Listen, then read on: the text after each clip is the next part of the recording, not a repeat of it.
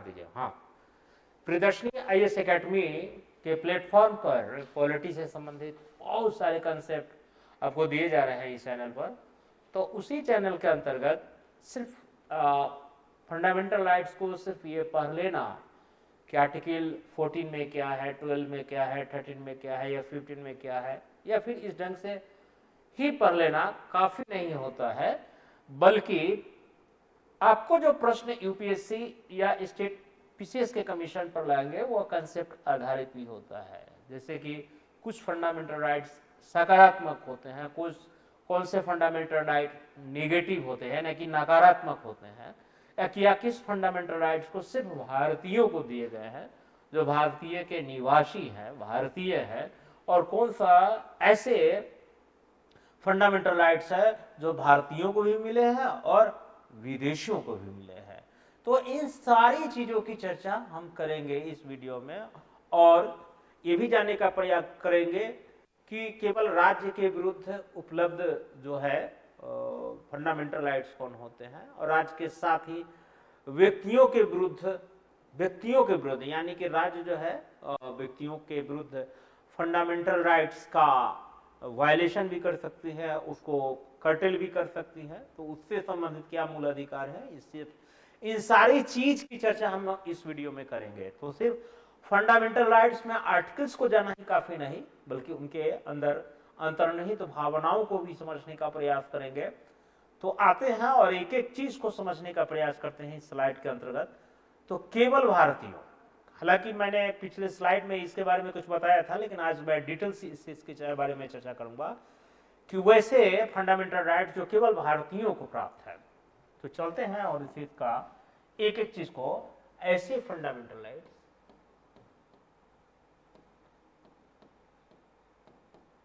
ऐसे मौलिक अधिकार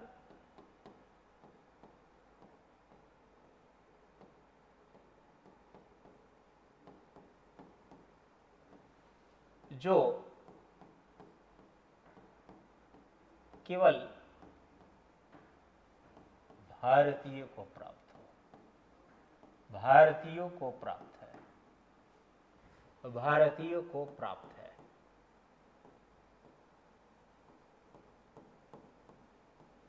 भारतीयों को प्राप्त है वो कौन कौन से फंडामेंटल राइट्स है, उसकी चर्चा हम करेंगे।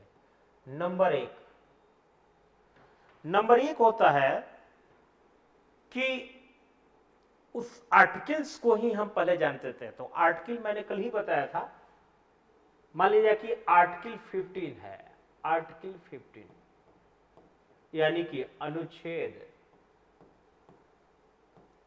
15। तो जब आर्टिकल 15 को आप पढ़ेंगे, किसी भी नॉर्मल बुक्स में भी दिया गया है या फिर कॉन्स्टिट्यूशन के किसी भी ऑथेंटिक्स बुक में पढ़ेंगे, तो आर्टिकल 15 में यह मेंशन किया गया है कि धर्म, मूल वंश, जाति और जन्म स्थान के आधार पर किसी भी प्रकार का विभेद या प्रतिरोध का कोई प्रावधान कॉन्स्टिट्यूशन में नहीं किया गया है। तो लिखिएगा, धर्म, मूल वंश,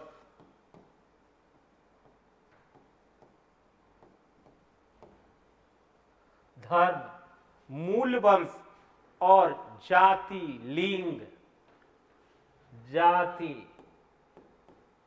लिंग के आधार पर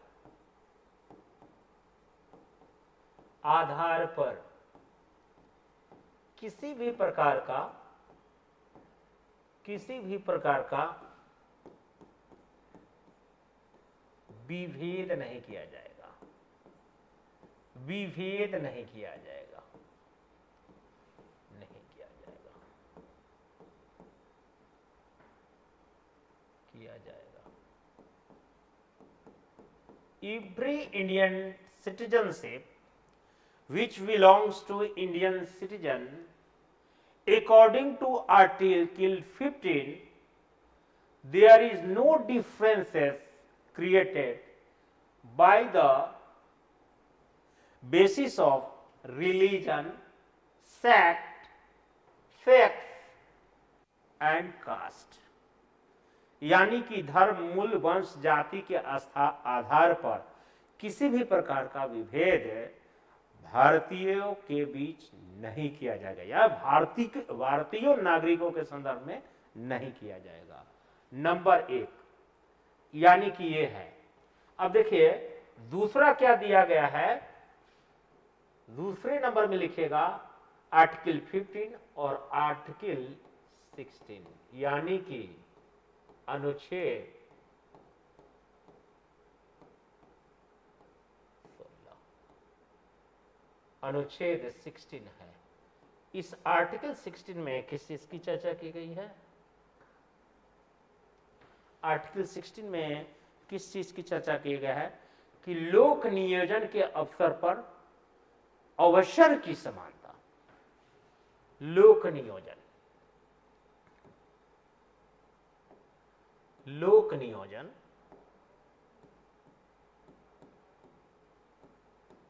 लोक नियोजन में अवसर की समानता, अवसर की समानता।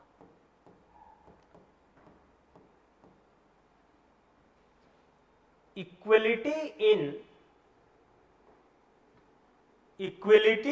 In on the basis of education, यानी कि लोक नियोजन में अवसर की समानता, लेकिन यह अवसर की समानता किस आधार पर की जाती है?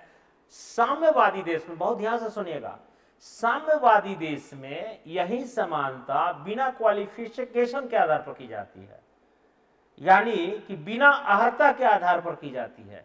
लेकिन इसमें अवसर, लोक नियोजन में अवसर की स्वतंत्रता की बात जो की जाती है वह क्वालिफिकेशन यानी कि अर्हता के आधार पर की जाती है। यह है लोक नियोजन। और लोक नियोजन का मतलब है पब्लिक सर्विसेज।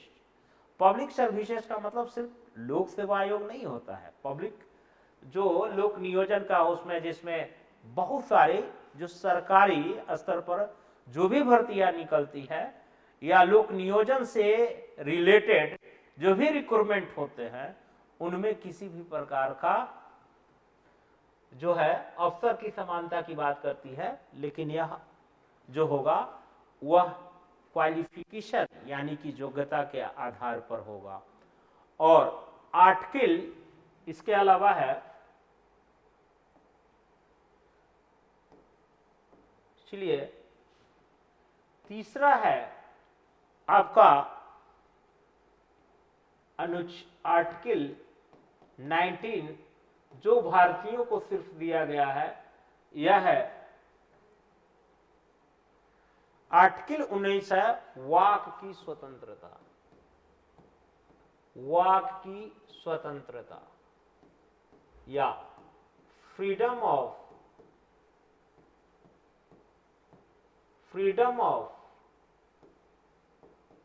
स्पीच। और फ्रीडम ऑफ स्पीच के बहुत सारे तात्पर्य होते हैं। फ्रीडम ऑफ स्पीच में हो गया कि आपको वोट देने का अधिकार है, यानी कि मतदान का अधिकार है। अगर नोटा भी देते हैं तो भी यह वाक की स्वतंत्रता का अधिकार है। भाषण देने की स्वतंत्रता है कि नहीं? कहीं पर अभिव्यक्ति की स्वतंत्रता है या राइट टू एक्सप्रेशन है। सभा या गोष्ठी करने की स्वतंत्रता है। यह सारी स्वतंत्रता किसके अंतर्गत आता है? वाक की स्वतंत्रता के आता है। अब तो फ्लैग फहराने यानी कि झंडा फहराने के अधिकार को भी यह आर्टिकल 19 के अंतर्गत रखा गया है। तो वाक की स्वतंत्रता इस प्रकार से काफी एक्सपेंडेड है, एक्सपेंड कर दिया गया है।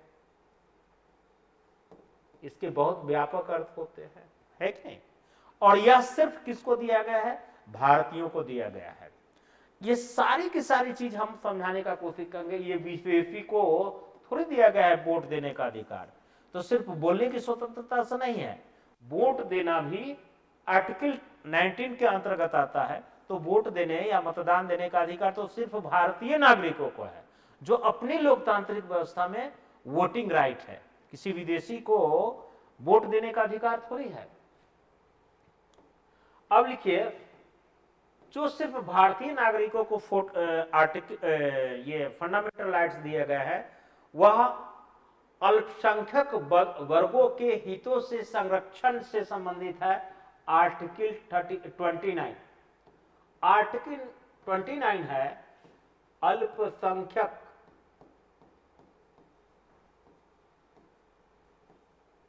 वर्ग के हितों के संरक्षण के संबंध में, संरक्षण के संबंध में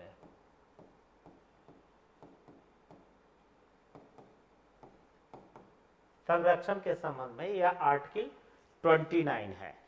अल्पसंख्यक के वर्ग को हितों की संरक्षण, यह सिर्फ भारतीयों को क्यों दिया गया है?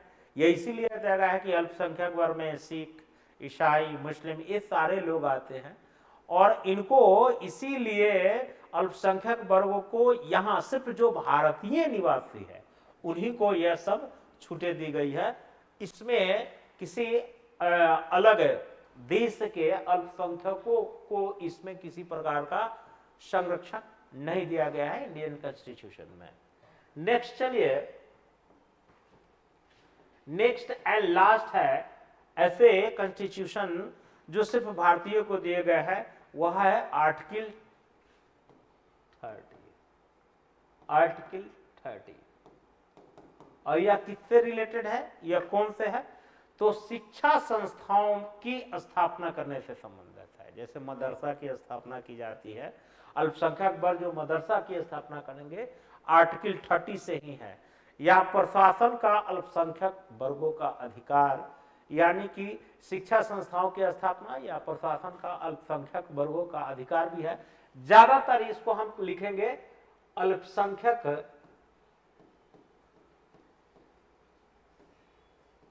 वर्ग के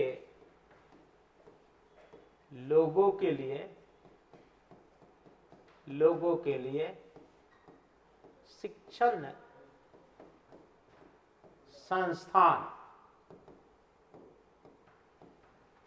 की स्थापना से संबंधित,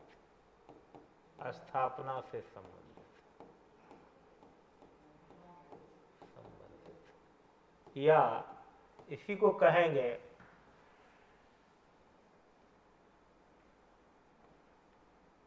educational institution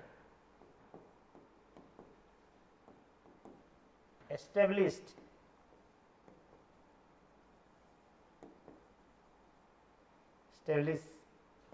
for the minorities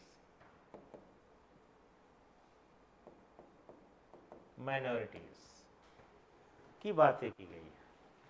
अब ये सारी की सारी, अब आपको पूरा क्लियर हो गया कि भारतीय नागरिकों को कौन कौन से सिर्फ फंडामेंटल राइट सिर्फ भारतीयों को दिया गया है। तो वैसे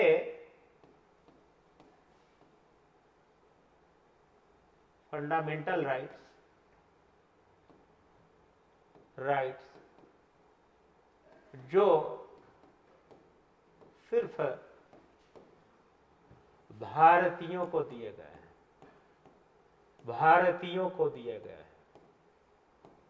दिए गए हैं। यह कौन सा होगा? तो लिख लीजिएगा, पीछे पूरा आर्टिकल बताया हूं, उसी आर्टिकल को एक जगह पर आप कंबाइन कर सकते हैं।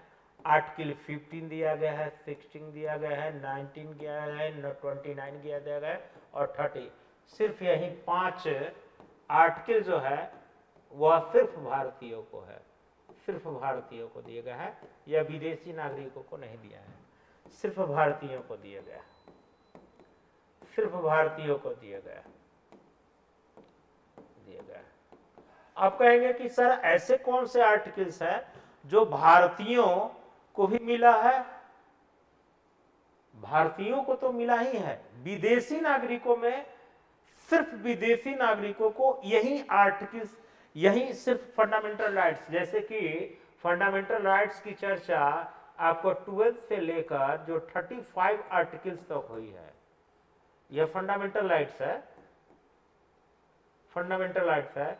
उसमें से 5 आर्टिकल को छोड़ दिया जाए, 5 आर्टिकल्स कौन सा, 15, 16, 19, 29 और 30, इन आर्टिकल्स को अगर छोड़ दिया जाए तो सारे रेस्ट आर्टिकल जो है उसमें विदेशियों को भी मिले हैं।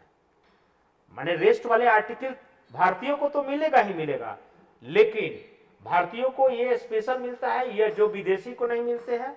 और जो रेस्ट बच गया, रेस्ट कौन बच गया, 14 बच गया, 15, 16 हो गया, 17 हो गया, 18 हो गया, उसके बाद में 20 हो गया, 21 हो गया।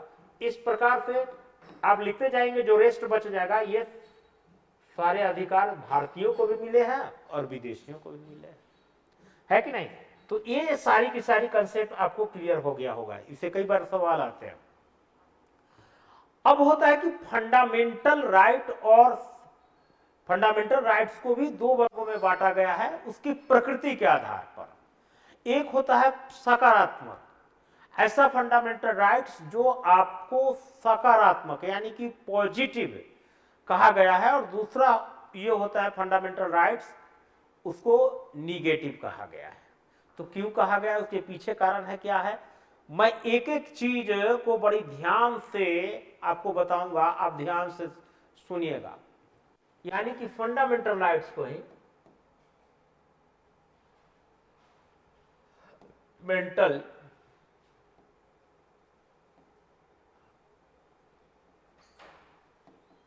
राइट को 2 वर्गों में बांटा गया है।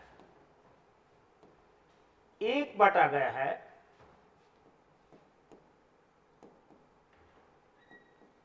पॉजिटिव फंडामेंटल राइट, यानी कि सकारात्मक मौलिक अधिकार, और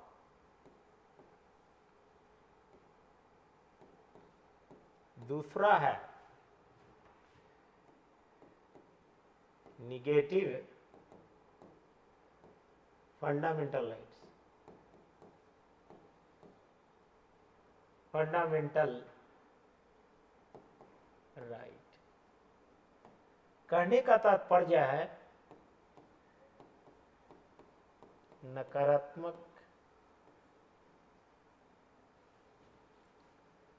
मौलिक अधिकार।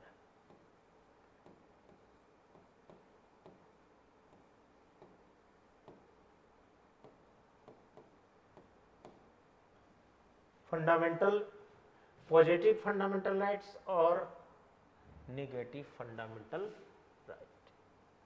अब ध्यान से सुनिएगा कि फंडामेंटल राइट्स में सकारात्मक अभिव्यक्तियों वाले मूल अधिकार कौन से हैं और नकारात्मक अभिव्यक्ति वाले मूल अधिकार कौन है। तो सकारात्मक वाले में कौन कौन से आएगा और नकारात्मक वाले में से कौन कौन से आएगा, और इसका तरीका भी बताऊंगा, पहचानने का तरीका है। कुछ हम आर्टिकल का उदाहरण लेते हैं, जैसे आर्टिकल 25, आर्टिकल 25, उसके बाद आर्टिकल 29, ये भी देख के देते हैं आपको, इससे बहुत सारा चीज क्लियर हो जाएगा। 29 फर्स्ट, और आर्टिकल 30 फर्स्ट, और ये सब के सब आर्टिकल जो है पॉजिटिव है। अब लिखेंगे अंतःकरण की ओर धर्म को अबाध रूप से मानने और आचरण या प्रचार करने की स्वतंत्रता। तो लिखिए, धर्म को अंतःकरण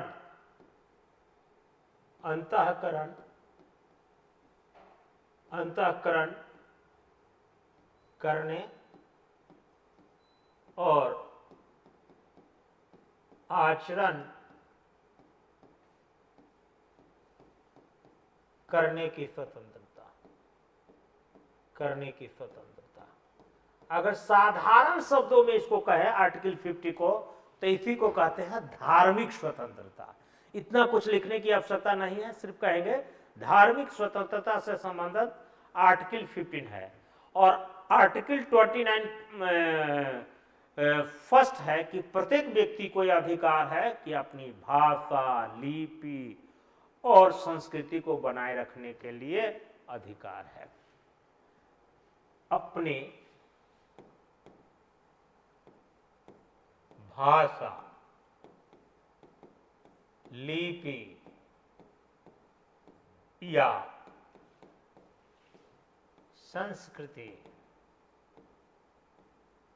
संस्कृति को प्रसार करने का अधिकार है, प्रसार करने का अधिकार है।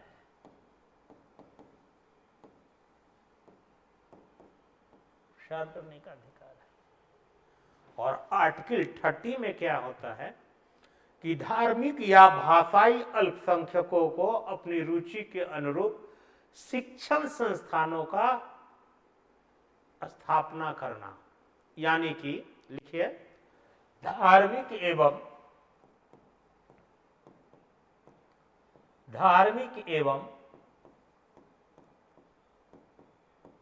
भाषाई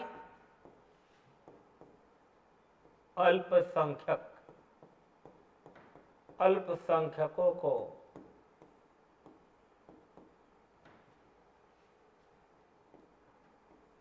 धार्मिक शिक्षा संस्थान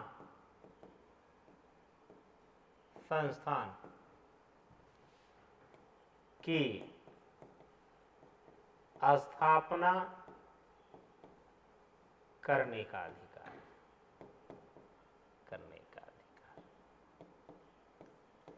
करने का अधिकार।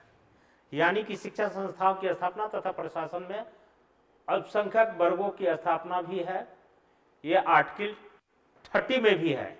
और आर्टिकल 31 फर्स्ट में है, धार्मिक एवं भाषाई अल्पसंख्यकों को अपनी रुचि के अनुसार शिक्षण संस्थानों की स्थापना एवं प्रशासन का अधिकार, उसका एडमिनिस्ट्रेशन भी कर सकता है।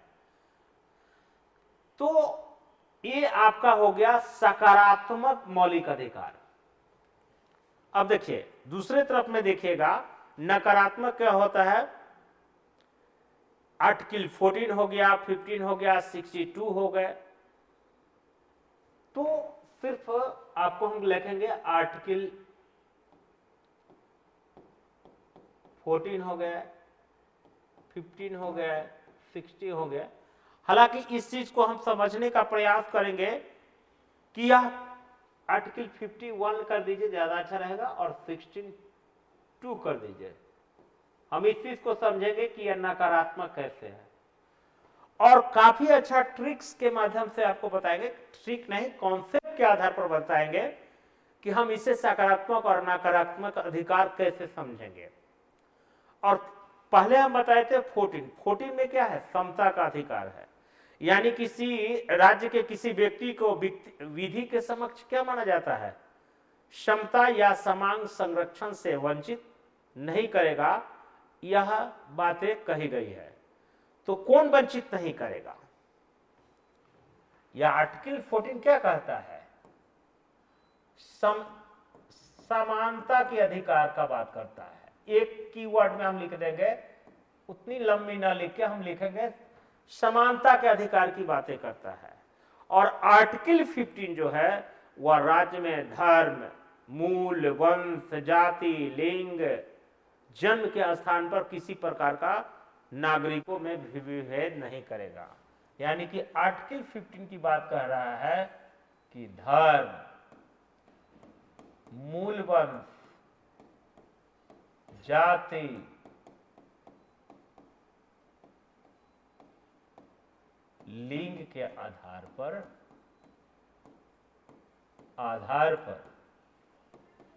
राज्य विभेद नहीं करेगा, विभेद नहीं करेगा,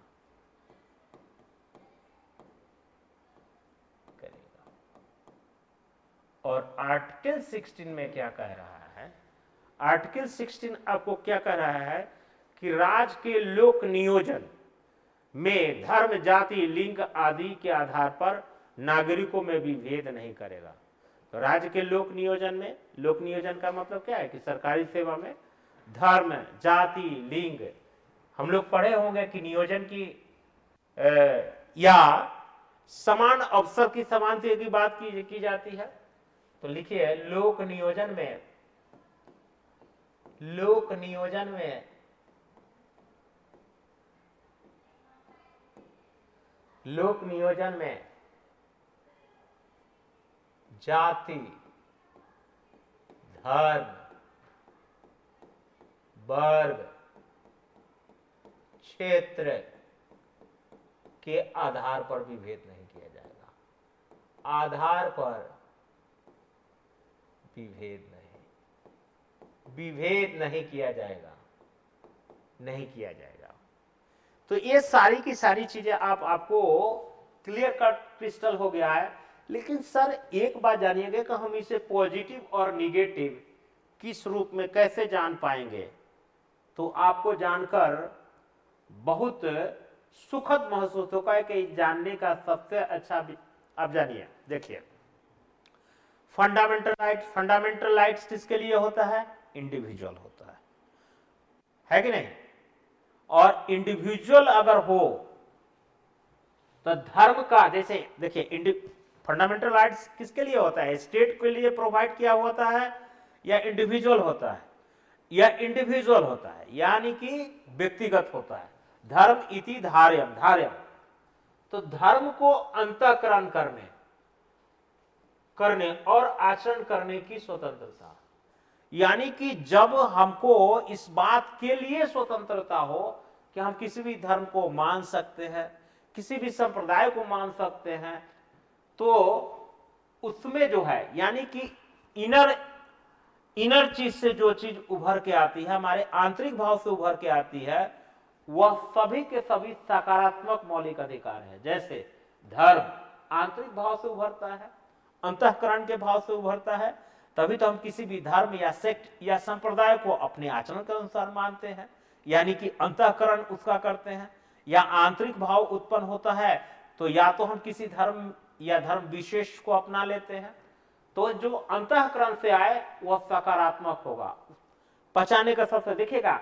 अब बोले कि सर अब दूसरे नंबर पे में 29 फर्स्ट में भी मैं आपको इसको समझाने का प्रयास करता हूं। जैसे भाषा आपके आंतरिक भाव से ही तो निकलता है, अंतःकरण से आता है। लिखते आप बाहर जरूर है, लेकिन सोच जो है, समझ जो है, वह आंतरिक भाव से ही उत्पन्न होती है कि नहीं? ये सारी की सारी चीजें, भाषा हो गया, लिपि हो गया, संस्कृति और सभ्यता में यही अंतर है कि संस्कृति अंतःकरण चेतना से निकलती है, जबकि सभ्यता उसी संस्कृति का बाह्य प्रकटीकरण है, यानी कि सभ्यता उसके बाहरी स्वरूप को बताता है, जबकि संस्कृति उसके आंतरिक भाव या इनर इंट्रोस्पेक्शंस को शो करता है, यानी कि संस्कृति के प्रसार करने का अधिकार। यानी कि जो हमने साबित कराने का कोशिश कर रहा हूं कि जो भी आंतरिक भाव से उत्पन्न होता है वह सकारात्मक होगा। अब देखिए धार्मिक, फिर धार्मिक भाव आया, भाषा आया, अल्पसंख्यकों की धार्मिक शिक्षा, संस्कृति की बात कर रहा है, तो इसका मतलब ये सभी आंतरिक भाव से उत्पन्न होते हैं। तो जो भी आंतरिक भाव से उत्पन्न हो वह पॉजिटिव होगा, यानी कि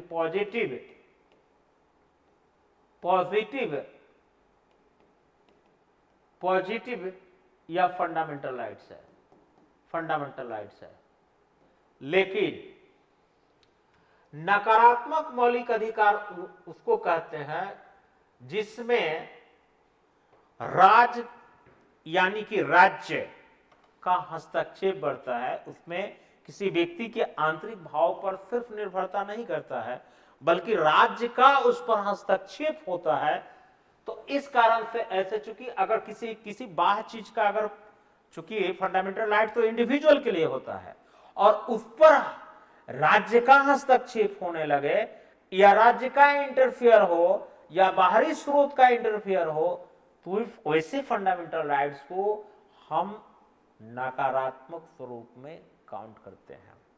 अब आप बोलेंगे कि सर ऐसा कोई निश्चित डिफिनीशन क्या बुक्स में दिए गए हैं या मैगजीन्स में दिए गए हैं या किसी एनसीईआरटी के बुक में दिए गए हैं? नहीं, ये सिर्फ वहां बाइफर्गेशन कर दिया गया है, लेकिन आपको मैं कंसेप्ट के स्तर पर, अपनी समझ के स्तर पर यह आपको सुविधा देगा कि कौन सा सकारात्मक फंडामेंटल राइट्स है या कौन से नकारात्मक फंडामेंटल राइट्स है। इसकी पहचान करना बड़ी आसान हो जाएगा जब आप इस स्तर पर इसका मूल्यांकन करने का प्रयास करते हैं।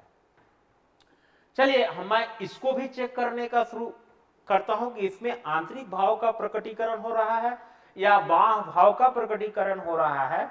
इसके लिए भी हम इसको लिटमस पत्र पर चेक करने का कोशिश करते हैं कि क्या इस जांच में यह कितना खरा उतरता है।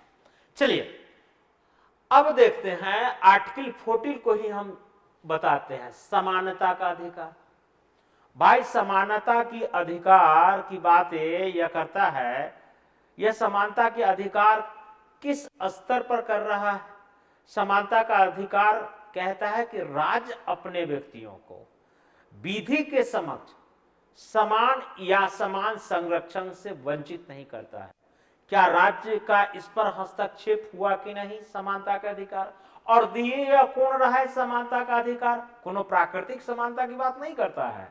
यह फंडामेंटल राइट्स, चूंकि यह कोई प्राकृतिक अधिकार नहीं है कि नहीं, यह संविधान के द्वारा प्रदत्त अधिकार है और इसमें राज्य जो है अपने नागरिकों को यह फंडामेंटल राइट्स देने की प्रयास कर रहा है। और यह इंपोज किसके द्वारा हो रहा है कि हम इस बात को सुनिश्चित करते हैं कि किसी भी व्यक्ति को धर्म, जाति, लिंग और सेक्ट के आधार पर या क्षेत्र के आधार पर विभेद नहीं किया जाएगा, यानी कि वहां समानता के अधिकार रखे जाएंगे। यानी कि राज्य इसमें इंटरफेयर कर रहा है, यह व्यक्ति के अंतर्वैयक्तिक या अंतः चेतना से उत्पन्न होने वाले अधिकार का प्रतिफलन नहीं है। इसीलिए यह क्या है? निगेटिव फंडामेंटल राइट्स है। दूसरा यह है, एक तो मैंने प्रूफ करके बता दिया, दूसरा है आर्टिकल 15 फर्स्ट। इसमें कहता है, धर्म की परिभाषा भी दी गई है कि धर्म इति धार्यम, जो धारण करने योग्य है वही धर्म है। यानी कि धर्म आंतरिक स्वरूप तो है, बड़ा देखने में लगता है ऊपर से कि धर्म आंतरिक स्वरूप तो है, लेकिन यहां कह रहा है कि धर्म, मूलवंश, जाति, लिंग के आधार पर राज्य विभेद नहीं करेगा। यानी कि राज्य आपके ऊपर यह अथॉरिटी देने का प्रयास करता है या राज्य हस्तक्षेप करने की कोशिश करता है या राज्य आपको आश्वासन देने का प्रयास करता है कि इन आधार पर राज्य के किसी भी नागरिकों को विभेद नहीं किया जाएगा। यानी कि इसकी सुनिश्चितता हमको अंतर्भाव से या अंतः चेतना से नहीं आती है, बल्कि उस पर कहीं न कहीं राज्य का बाह्य प्रकटीकरण हो रहा है। इसीलिए ये इसको हम निगेटिव फंडामेंटल राइट के अंतर्गत रखेंगे। अब आपको लगता होगा कि पहले मैं सर रटता था, लेकिन आपके लेक्चर सुनने के बाद यह महसूस होना लगा है कि अब हम इस सकारात्मक और नकारात्मक फंडामेंटल राइट्स को किस स्तर पर पहचान सकेंगे। नेक्स्ट है 16(2), यानी कि लोक नियोजन में जाति, धर्म, वर्ग, क्षेत्र के आधार पर भी विभेद नहीं किया जाएगा। लोक नियोजन कौन करेगा? या तो राज्य करेगा या राज्य अपनी लोक कल्याणकारी राज्य की स्थापना करने में, यानी कि कई प्रकार की स्कीम को लाती है, यानी वह कई प्रकार को रोजगार को भी दे सकती है, यानी कि किसी प्रकार की भर्तियां या नियुक्ति जो राज्य सरकार के राज्य कर्मियों के रूप में करती है, वह लोक नियोजन के माध्यम से करवाती है या लोक नियोजन के स्तर पर कराती है, या रिक्रूटमेंट यानी कि भर्ती के स्तर पर कराती है, या नियुक्ति के स्तर पर कराती है, यानी कि या तो वह बोर्ड के स्तर पर कराती है या फिर वह किसी कॉन्स्टिट्यूशनल बॉडी के माध्यम से कराती है, यह सभी के सभी पर राज्य जो है अपने नागरिकों को उसकी योग्यता के आधार पर यह कहता है कि लोक नियोजन में अवसर की समानता तो देते हैं, लेकिन यह शैक्षणिक आधार पर या योग्यता के आधार पर हम समानता की बात करते हैं। यही है कि यह मुझे समाजवाद और साम्यवाद के बीच में अंतर भी स्थापित कराता है, और यह आंतरिक स्वरूप के भाव से नहीं निकलता है, बल्कि इस पर भी राज्य का हस्तक्षेप है। सरकार मुझे यह सुनिश्चित करने की कोशिश करता है, यानी कि यह भी इस पर भी बाह्य प्रकटीकरण हो रहा है, और जहां भी फंडामेंटल राइट पर बाह्य प्रकटीकरण होगा हम उसे निगेटिव नहीं, ये पॉजिटिव नहीं बल्कि निगेटिव फंडामेंटल राइट्स कहेंगे। अब आपको इस पूरे लेक्चर के माध्यम से यह जरूर महसूस हो गया है कि आपको यह इस सकारात्मक और नकारात्मक फंडामेंटल राइट्स के बारे में आप बेहतर ढंग से विभेद करने की स्थिति में रहेंगे। मेरा यह उद्देश्य कतई नहीं है, या इस संस्थान का उद्देश्य ये कतई नहीं है कि फंडामेंटल राइट्स को सिर्फ हम आर्टिकल्स को प्रहार देना काफी नहीं होता है, बल्कि इनकी बारीकियों को समझना, खासकर मेंस के स्तर पर या इंटरव्यू के स्तर पर या राज्य या व्यक्तिगत स्तर पर फंडामेंटल राइट्स का क्या महत्व होता है या किनके लिए दिया गया है, यह पूरे कंसेप्ट को समझने में महती भूमिका निभा रही होगी, और मुझे पूरे इस बात का विश्वास है कि इससे आप लाभान्वित भी हो रहे होंगे। चलिए अब कुछ नए टॉपिक्स को लेते हैं, इसी फंडामेंटल राइट्स से रिलेटेड है, जो कंसेप्ट के आधार पर है। मैंने अभी थोड़ा देर पहले चर्चा किया था कि फंडामेंटल राइट्स को हम, क्योंकि राइट्स कई बार उसके ऊपर इम्पोज करने की कोशिश करता है, कई बार उसको संरक्षित करने का प्रयास करता है, तो केवल राज्य के विरुद्ध यानी कि oppose of the state which fundamental rights are available in the our constitution, उसकी हम चर्चा करेंगे। केवल राज्य के विरुद्ध उपलब्ध मूल अधिकार, केवल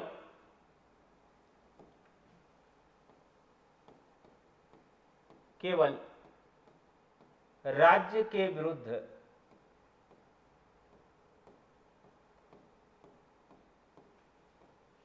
प्राप्त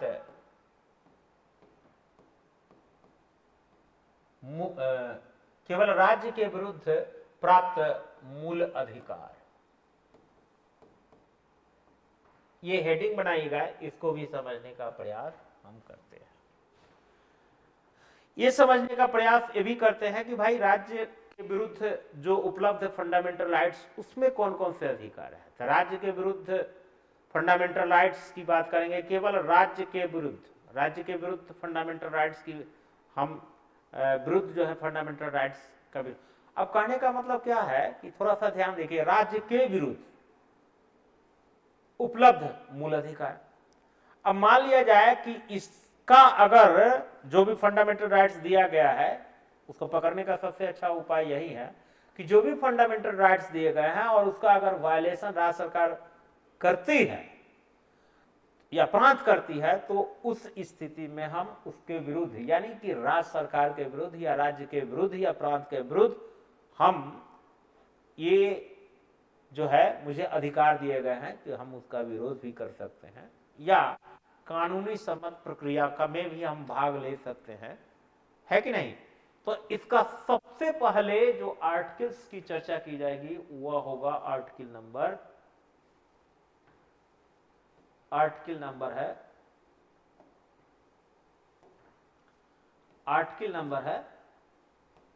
14, यानी कि आर्टिकल जो है 14 होगा, यानी कि विधि के समक्ष समानता, यानी कि कानून के नजर में सभी समान है।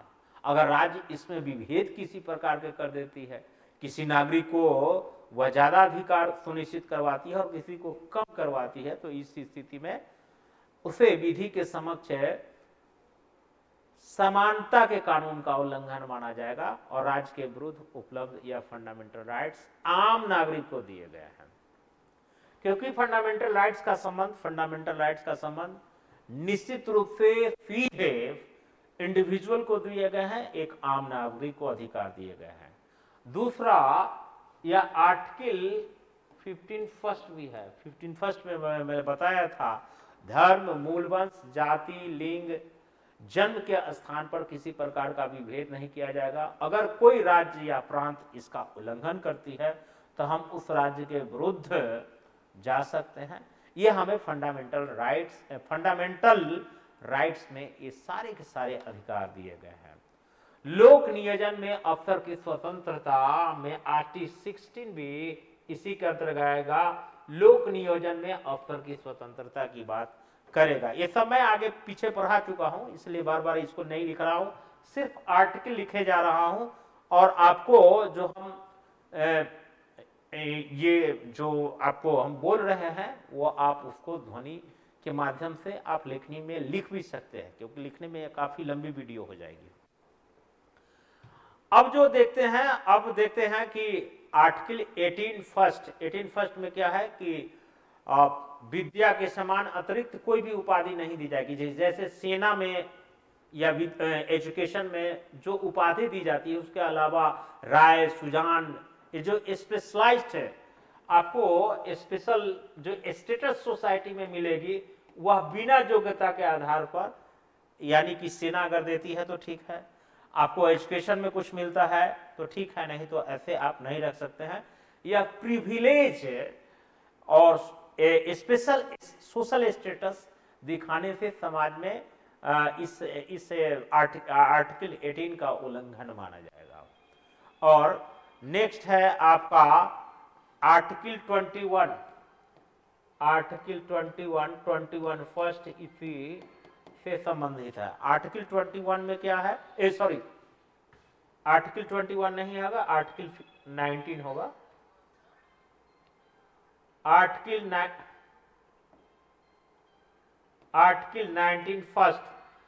19 फर्स्ट जो हम बताए थे, अभिव्यक्ति की स्वतंत्रता से वाक की स्वतंत्रता है, अभिव्यक्ति की स्वतंत्रता है। इसी में आपका पूरा का पूरा जो वोटिंग राइट है वो सब इसी में आता है। अगर कोई भी व्यक्ति आपको वोट देने का अधिकार से रोकता है, कहीं पर बोलने से रोकता है, तो ये सारी की सारी चीजें आपको फंडामेंटल राइट्स के इसके विरुद्ध में आप स्टेट के विरुद्ध जा सकते हैं।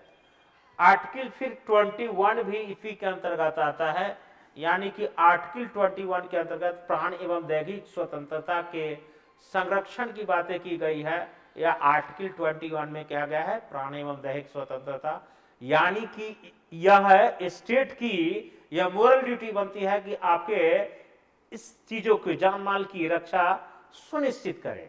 पुलिसिया व्यवस्था या बहुत सारी व्यवस्था, प्रशासन की व्यवस्था की गई है, वह आपकी जान माल की हिफाजत के लिए भी की गई है। कुछ दशाओं में गिरफ्तारी और का निरोध की बातें की गई है। गिरफ्तारी किसी बात के कारण बिना बताए हुए अगर गिरफ्तार किया गया है तो इसका भी कानूनी संरक्षण दिया गया या फंडामेंटल राइट्स का उल्लंघन माना जाएगा। हाँ, आपको गिरफ्तार किया जाएगा तो उसको कानूनी रूप से कानून सबक यह बताना होगा कि किस कारण से आप किस जुर्म में आपको गिरफ्तार किया गया है कि नहीं।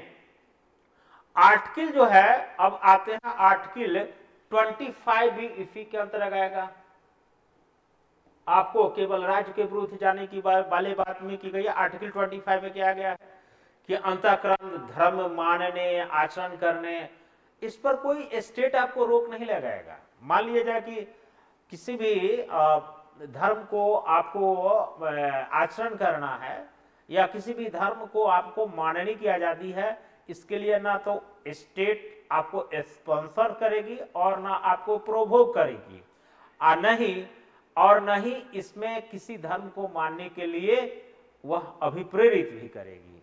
यानी कि आर्टिकल 25 है, धार्मिक कार्यों के प्रबंधन करने का कार्य स्टेट का नहीं है।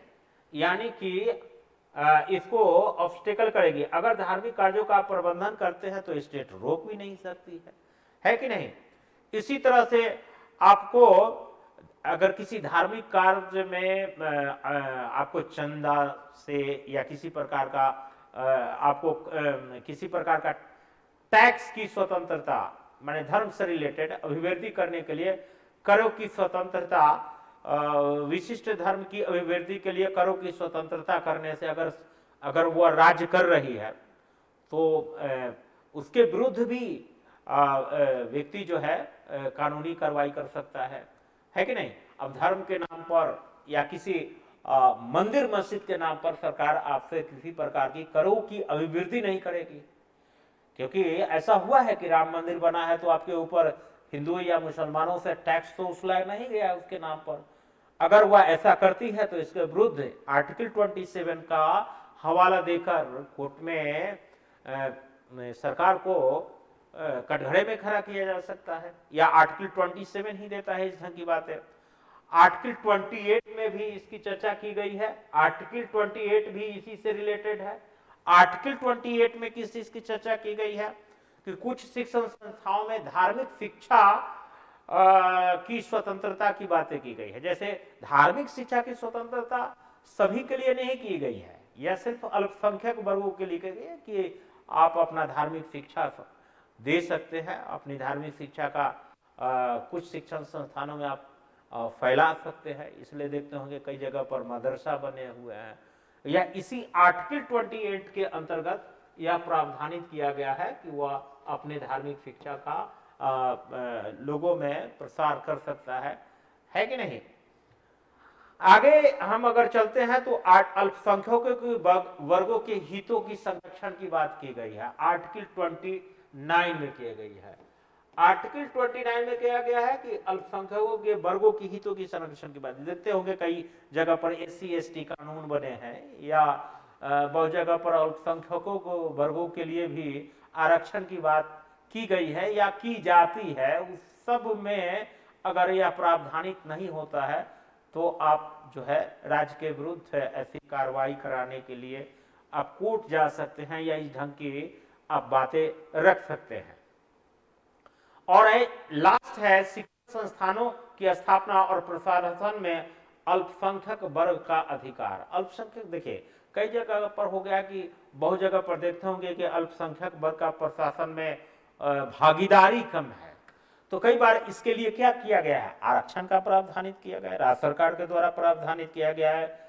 और प्रशासन में, शिक्षण संस्थान में या अन्य किसी भी जगह पर अगर इन वर्गों का प्रतिनिधित्व नहीं है तो सामाजिक समरसता या सामाजिक रूप से या सर्वांगीण विकास देश का नहीं किया जा सकता है।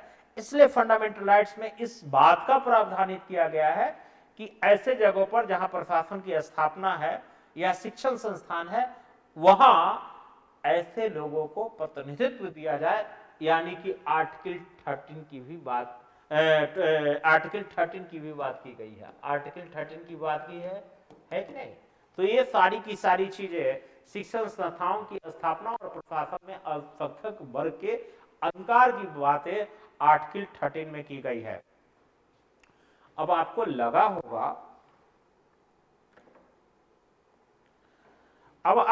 होगा कि अगर इस गहराई से हम ना पढ़े तो किस प्रकार से आप ऐसे चीजों को आप मेंशन कर पाएंगे मेंस के स्तर पर।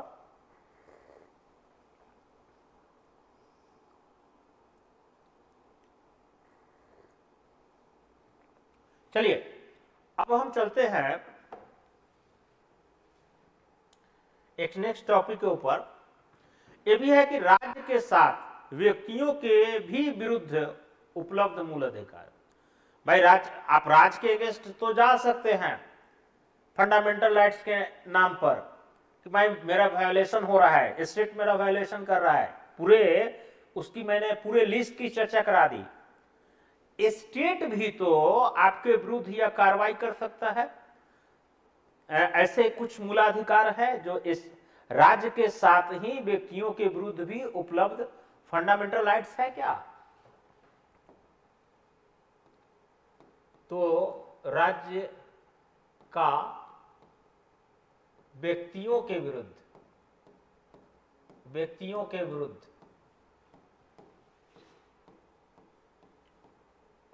मौलिक अधिकार, इसकी भी चर्चा कर लेते हैं। मौलिक अधिकार की चर्चा कर लेंगे। अब देखिए, राज्य के साथ व्यक्तियों के भी विरुद्ध उपलब्ध मौलिक अधिकार हैं। जैसे कुछ हम उदाहरण देते हैं आपको, उसमें देखिए अनुच्छेद 50,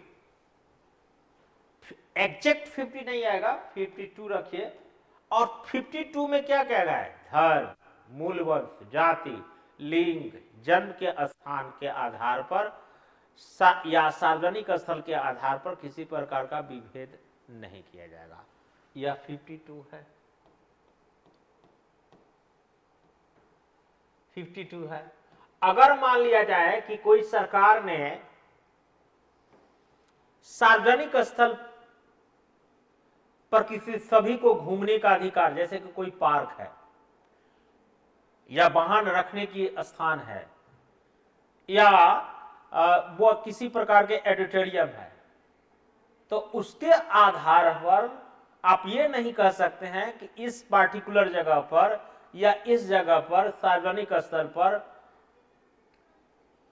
जो है फलाने जाति, फलाने धर्म या विशेष वर्ग के लोग ही सिर्फ वहां पर भ्रमण कर सकते हैं, घूम सकते हैं। हाँ, आप वहां पर अवांछित कार्य नहीं कर सकते। जैसे वहां पर लिखा होता है, सार्वजनिक जगह पर, बहुत जगह पर लिखा होता है क्या धूम्रपान करना निषिद्ध है, यानी कि smoking is prohibited in this particular places whereas a cinema hall and petroleum, gaseous, higher explosive material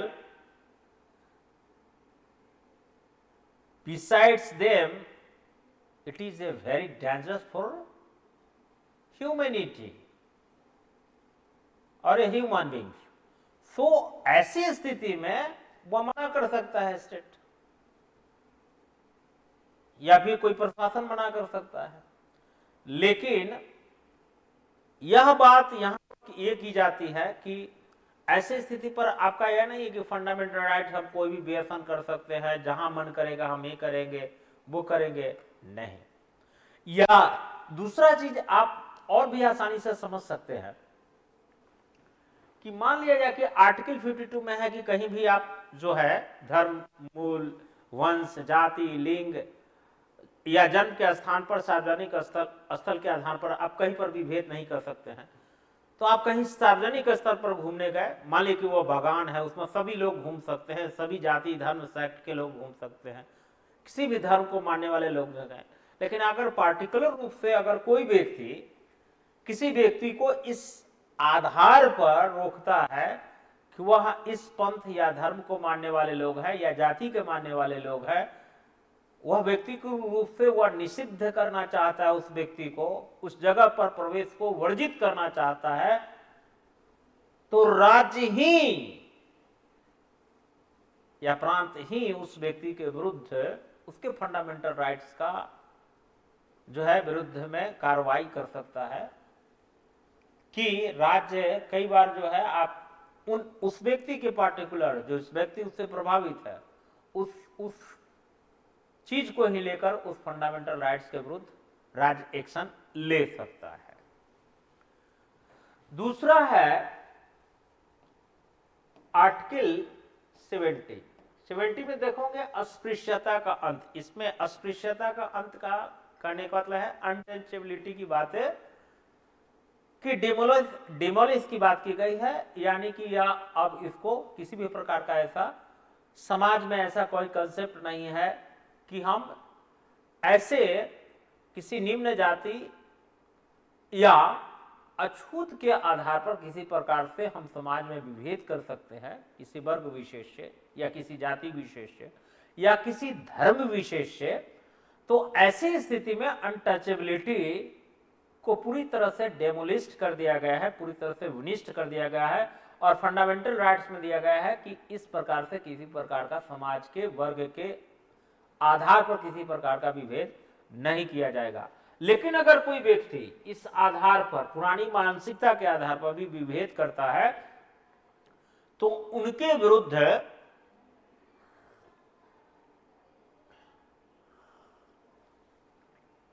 राज्य जो है वह कार्रवाई कर सकता है उसके विरुद्ध। तो हुआ ना कि भाई राज्य जो है उस व्यक्ति के विरुद्ध में फंडामेंटल राइट्स का वायलेशन होने पर किसी व्यक्ति का वो प्रयोग कर रहा है कि नहीं। तो आर्टिकल 17 हो गया। अब हो गया मानव दुर्व्यापार एवं बेगार आदि के बलात् श्रम का भी निषेध कर सकता है और इसकी चर्चा आर्टिकल 23 में किया गया है कि बलात्, आप एक नॉर्मली एक साधारण भाषा में आप समझ सकते हैं कि किसी व्यक्ति से जबरदस्ती, बलात् श्रम का मतलब होता है जबरदस्ती, किसी से आप बेगारी नहीं करवा सकते हैं। बेगारी का मतलब होता है बिना पेबेबल, बिना पे के उससे आप काम नहीं कर सकते हैं। यह आर्टिकल 23 में इसका मेंशन किया गया है। अगर ऐसा काम करवाते हैं तो राज्य सरकार जो है या राज्य जो है आपके विरुद्ध या इस फंडामेंटल राइट्स का वायलेशन मानकर आपके विरुद्ध कार्रवाई कर सकती है। तो इसलिए कहा गया कि राज्य जो है साथ ही व्यक्तियों के विरुद्ध जो है कई पर फंडामेंटल राइट्स के वायलेशन होने पर राज्य ही आपके विरुद्ध कार्रवाई करेगी। और ऐसे केसेस बहुत सुनने को मिलते हैं। ऐसे देखते होंगे इसी से रिलेटेड कुछ और भी है। ये तो हो गया बलात्कार से, और ये देखे होंगे आर्टिकल 24। आर्टिकल 24 में चर्चा इस बात की गई है कि 14 वर्ष से कम, below the 40 year of any boys and girls not work in the dangerous activities or a industry which is injurious for his or her health or if as for a danger for her family and his family। यानी कि 14 वर्ष से कम व्यक्ति को किसी खतरनाक उद्योग में, कारखानों में कार्य पर नहीं लगाया जा सकता है।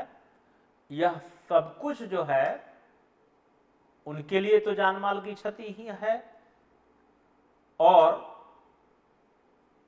उस व्यक्ति की से संबंधित परिवार के लिए भी जान माल की यह बहुत बड़ी क्षति हो सकती है।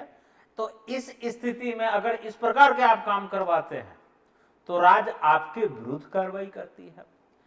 इसलिए कहा जाता है कि राज्य के साथ इन व्यक्तियों के विरुद्ध भी फंडामेंटल राइट्स जो प्रावधानित किए गए हैं उस प्रावधानों में से आर्टिकल 24 भी संबंधित है। आपको लगता होगा कि मैं 2-3 क्लास फंडामेंटल राइट्स को पढ़ाया, बेसिक कंसेप्ट बताया। आज तो बेहतर और भी कंसेप्ट रहे होंगे पिछली क्लास से। आज मैंने ये बताया कि कौन से फंडामेंटल राइट्स जो है सिर्फ भारतीयों को मिला है, कौन से फंडामेंटल राइट्स जो है विदेशियों और प्लस भारतीय दोनों को मिले हैं। ये कंसेप्ट क्लियर हुआ। कुछ फंडामेंटल राइट्स जो पॉजिटिव होते हैं, कुछ फंडामेंटल राइट्स को नेगेटिव करते हैं। ये सिर्फ रटने की स्थिति नहीं है, इसकी गहराई में जाकर और विथ प्रूफ LHS बराबर RHS कराकर मैथमेटिकल कैलकुलेशन करके हम उस पहलुओं को जानने का प्रयास किए हैं कि कौन सा फंडामेंटल राइट सकारात्मक है या नकारात्मक है। तीसरे स्तर पर जाना कि फंडामेंटल राइट्स कई बार राज्य के विरुद्ध फंडामेंटल राइट्स भी उपलब्ध होगा, वैसे कौन से फंडामेंटल राइट्स है। और कुछ ऐसे भी फंडामेंटल राइट्स है जो आपके व्यक्तिगत अधिकार के विरुद्ध जाकर राज्य को फंडामेंटल राइट दिए गए हैं कि ठीक है। तो ये दोनों परिस्थितियों को जानने का प्रयास किया है और इसमें कौन कौन से आर्टिकल संबंधित है, कौन कौन से फंडामेंटल राइट संबंधित है, इसकी गहन चिंतन और मनन किया है। कहने का मतलब है कि ऐसे प्रश्न भी आए जो अगर मेंस के स्तर पर आते हैं तो बहुत लोगों की कलम रुक जाएगी, लेकिन आपका अगर कंसेप्ट क्लियर है, सोच समझकर इस विभाग को अगर गणितीय परिकलन अगर करने की क्षमता है तो आपको पूर्णतः याद भी नहीं रहेगा, तो आप लिखने की स्थिति में आ सकते हैं। मुझे आशा ही नहीं पूर्ण विश्वास है कि यह वीडियो आपके जो गहन मनन चिंतन करने की शैली है और खासकर जो यूपीएससी की डिमांड है उसमें काफी इनहांस करेंगे। और हमें ये भी आशा है कि आप इधर चैनल को सब्सक्राइब करना बंद कर दिए हैं। क्या आप मुझे उत्साहित नहीं करेंगे? क्या दोस्तों और अपने सहपाठियों में शेयर नहीं करेंगे? अगर पूरे YouTube के इतिहास में आपको ये नहीं लगता है कि इस चैनल पर आकर मुझे एक विशेष चीज सीखने को मिलता है, बड़े कंटेंट बड़े ध्यान के साथ, बहुत तन्मयता के साथ और परीक्षा के डिमांड पर यह तैयार किए जा रहे हैं और निःशुल्क किए जा रहे हैं, बिना किसी लाई लपेट को, और बहुत ही बेबाक तरीके से सारी टिप्पणियां रखी जाती है और किसी भी प्रकार से आपके हित के लिए यह संस्थान काम कर रही है या पूरी तौर पर लगी हुई है, तो आप भी मुझे सहयोग करेंगे तो ज़्यादा बेहतर होगा और हम भी उत्साहित होंगे। इन्हीं शब्दों के साथ आपका ज़्यादा समय न लेता हूँ। आपने मुझे इतना देर तक सुना, समझा और मन ही मन सराह भी रहे होंगे, इसके लिए आपको कोटि कोटि धन्यवाद। इन्हीं शब्दों के साथ मैं अपने शब्दों को विराम देता हूं। फिर मिलते हैं अगले वीडियो में। हाँ, कल हम वीडियो लेकर आएंगे, वह करंट अफेयर्स पर होगा। और अभी जो भारत और पाकिस्तान के बीच जो बहुत सारे एस्केलेशन हो रहे हैं, एस्केलेशन मैं तो उसको नहीं करूंगा, अभी छिटपुट झड़प ही हो रही है। कुछ मीडिया के लोगों ने, बड़े बड़े मीडिया होल्डर, उसका नाम मैं नहीं लेना चाहता हूँ, बड़े बड़े टीवी पर आकर उसको एक व्यू लेने के चक्कर में काफ़ी ज़्यादा इसमें बताया जा रहा है, बढ़ा चढ़ा कर युद्ध के स्तर पर हमने ये मार दिए, वो कर दिए, ऐसे कर दिए, वो कर दिए। तो आप जब तक पीआईबी के न्यूज या पीआरएस के न्यूज पर जब तक पूरी इसकी स्पष्टता नहीं हो जाती है, किसी भी प्रकार का वीडियो या इस पर किसी प्रकार का कमेंट अगर कहीं करते हैं तो वह सिर्फ व्यू लेने के लिए है और ऐसे चीजों से बच के रहना चाहिए। मैं इसी जो आपका पहलगांव में जो अटैक हुए हैं उनसे रिलेटेड वीडियो और उनसे संबंधित भारत सरकार की क्या कानूनी कार्रवाई उन्होंने की, किस प्रकार से पाकिस्तान को घेरा गया राजनीतिक स्तर पर, कौन कौन से हथियार का प्रयोग किया गया, कौन कौन से ड्रोन का हमला किया गया, उसकी पूरी विवेचना पीआईबी के आधार पर की जाएगी, उस पुष्टि के आधार पर की जाएगी। जो ये सर्कुलेट हो रहा है न्यूज, उसमें आधी हकीकत आधी फसाना है। उन चीज़ों से बचकर पीआईबी के सोर्स पर हम इसका विश्लेषण करेंगे, भारत की सामरिक क्षमता को भी समझेंगे और पाकिस्तान की सामरिक क्षमता को देखेंगे। आज पाकिस्तान के साथ कौन कौन से देश ये हैं, मैं ये पूरे पहलगाम अटैक पर पृष्ठभूमि बताया था कि कौन से कारण है, कौन सी शक्तियां हैं जो इसके पीछे लगा हुआ, उसके पीछे कारण क्या है पुलवामा हमला के पीछे। मैं पूरा वीडियो को आप देख सकते हैं पीछे जाकर, और वही चीजें जो मैंने कहा था पूरी सटीक बातें उतर रही है पूरे यूट्यूब के इतिहास में। तो उस वीडियो को देखकर, मेरी बातों पर उतना विश्वास नहीं कीजिए, उस वीडियो को जाकर देखिए, आपको पूरी की पूरी बात हकीकत पता चल जाएगी और मैंने जो बात बोला था वो अक्षरशः सही साबित हो रही है। तो मैं ऐसे ही आकर किसी व्यू के लिए नहीं बोलता हूँ, सेंटीमेंट में नहीं बोलता हूँ, उसका पूरा वैज्ञानिक विश्लेषण करके, तथ्यात्मक और उनका पूरा का पूरा वैज्ञानिक विश्लेषण करके किया जाता है, क्योंकि यह ऐसे ही यूट्यूबर का व्यू नहीं है, यह यूपीएससी क्वालिफाइड और बहुत मैच्योर्ड लोगों का यह टीम है जिसके आधार पर हम आपके समक्ष रखते हैं। पूरी गंभीरता और जिम्मेदारी के साथ वीडियो को रखा जाता है, इसे पूरा जांचा परखा जाता है। आज भी मैं वीडियो बना सकता था, लेकिन उसकी पूरी की पूरी जांच पीआईबी और सरकारी दस्तावेज से की जाएगी। ऐसे भी सरकार का निर्देश है कि आप किसी भी प्रकार का आप र्यूमर नहीं फैलाए, आपके ऊपर कानूनी कार्रवाई भी हो सकती है, ऐसे सरकार का दिशा निर्देश है। और मैं कल इस पर वीडियो लाऊंगा और आपसे आशा है इसे काफ़ी शेयर लोग करेंगे और काफ़ी आनंददायक और ज्ञानवर्धक वीडियो होगा। धन्यवाद। इन्हीं शब्दों के साथ मैं आपको यहीं छोड़े जाता हूं। आपका दिन सुखद हो, ऐसे मैं ईश्वर से कामना करता हूं। That's it.